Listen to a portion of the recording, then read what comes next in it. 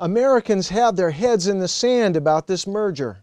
According to Steve Previs, Vice President of Jefferies International, a London-based investment firm. A YouTube video circulating on the internet shows Previs being interviewed recently about the new currency, the Amero, that is moving forward as the new money among these three merger nations. Previs says, one thing the people who are dollar-based need to focus on is the Amero. That's the one thing nobody's talking about that's going to have a big impact on everybody's life in Canada, the U.S., and Mexico. If you Google it, you can find out all about it. The Amero is the proposed new currency for the North American community, which is being developed right now between Canada, the U.S., and Mexico to make a borderless community much like the EU, and the dollar, Canadian dollar, U.S. dollar, and the Mexican peso being replaced by the Amero. Words from Vicente Fox. Eventually, our long-range objective is to establish with the United States, but also with Canada, our other regional partner, an ensemble of connections and institutions similar to those created by the European Union. Hello, America. It's time to awaken. The pattern of the EU is being repeated on North America and the United States. If you like the nation-destroying EU, you'll love the new conglomeration of corrupt socialist Mexico, socialist Canada, and the remains of the good old USA. It's amazing. A tiny elite group using mostly inherited political power and great personal wealth for leverage is secretly becoming the new royalty. This new royal class is bent towards globalism. Under their leadership, our federal government has turned its attention to suppressing American freedom and dismantling the American nation. Elite power brokers have ignored the law of the land, the U.S. Constitution, and the Bill of Rights, the seat of our individual liberty. This creation of international law, which has always been detrimental to American interests, is destroying our America, and we've only begun to feel the results. But there is a glimmer of hope. The long-term, under-the-radar plot to dismantle the USA is gradually becoming public knowledge.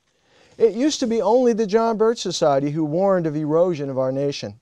Now it's U.S. Congressman Ron Paul, Human Events, Keith Olbermann, the Eagle Forum, Concerned Women, Accuracy in Media, and CNN's Lou Dobbs.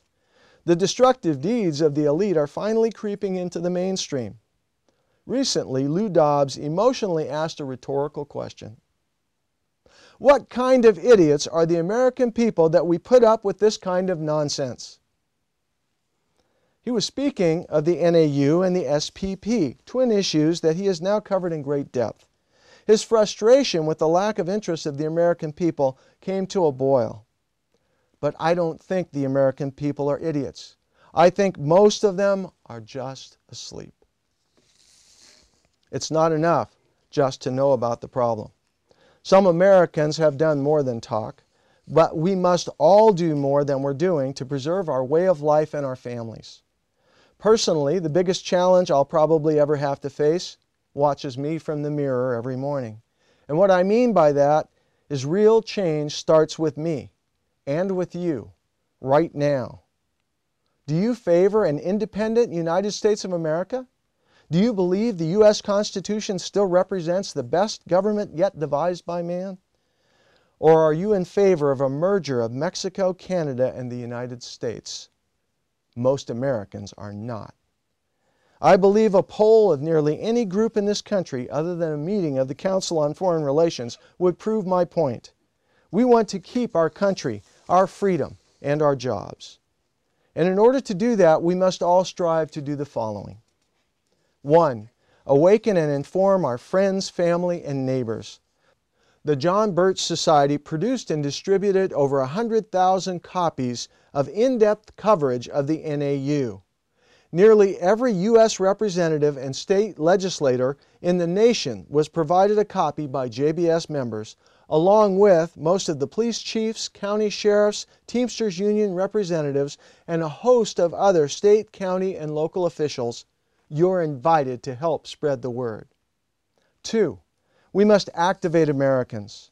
Over 230 years ago, the American people stood in opposition to another tyrannical force. Farmers, merchants, preachers, and others made the decision to become activists, statesmen, leaders, and teachers of the principles of freedom. An effort like that is needed today, and you can be a part of it.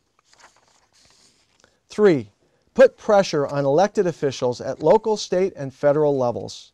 On March 22, 2007, both houses of the Idaho State Legislature passed a resolution crafted by the John Birch Society asking Congress to block the NAU, SPP, and Super Slab. Montana passed the resolution on April 18, 2007, and at least 14 other states have resolutions before their Assembly and/or Senate, and others are catching on. On April 11th, the Texas Legislature passed a 2-year moratorium on the Super Slab in the Lone Star State. There is also a resolution before Congress, H.R. 40, to block the NAU and withdraw from the SPP altogether. Keep the ball rolling by contacting your elected officials and expressing your support. 4. Enforce and honor the Constitution.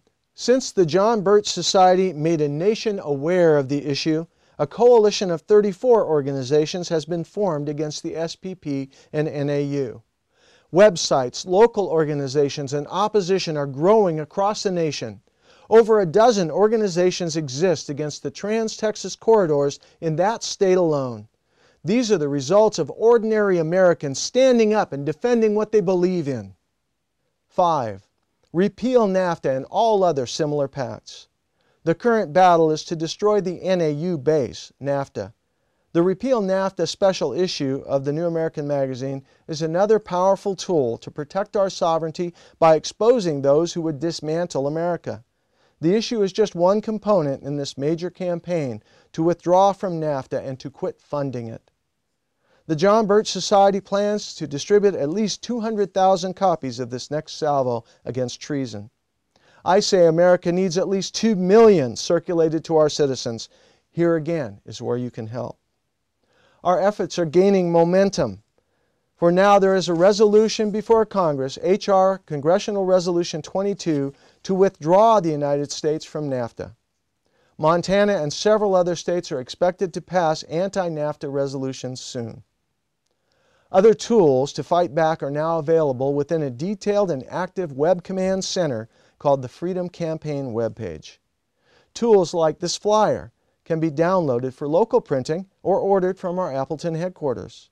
More tools are expected to come online. Visit jbs.org/freedom often to stay involved in the battle. As Americans, let's work together to reinvigorate and reestablish the genuine law of the land, the U.S. Constitution. Let's keep our jobs, the freedoms we enjoy, and a better future for our children. As for me, I pledge allegiance to Old Glory, but never to a North American Union. I hope you agree. Thank you.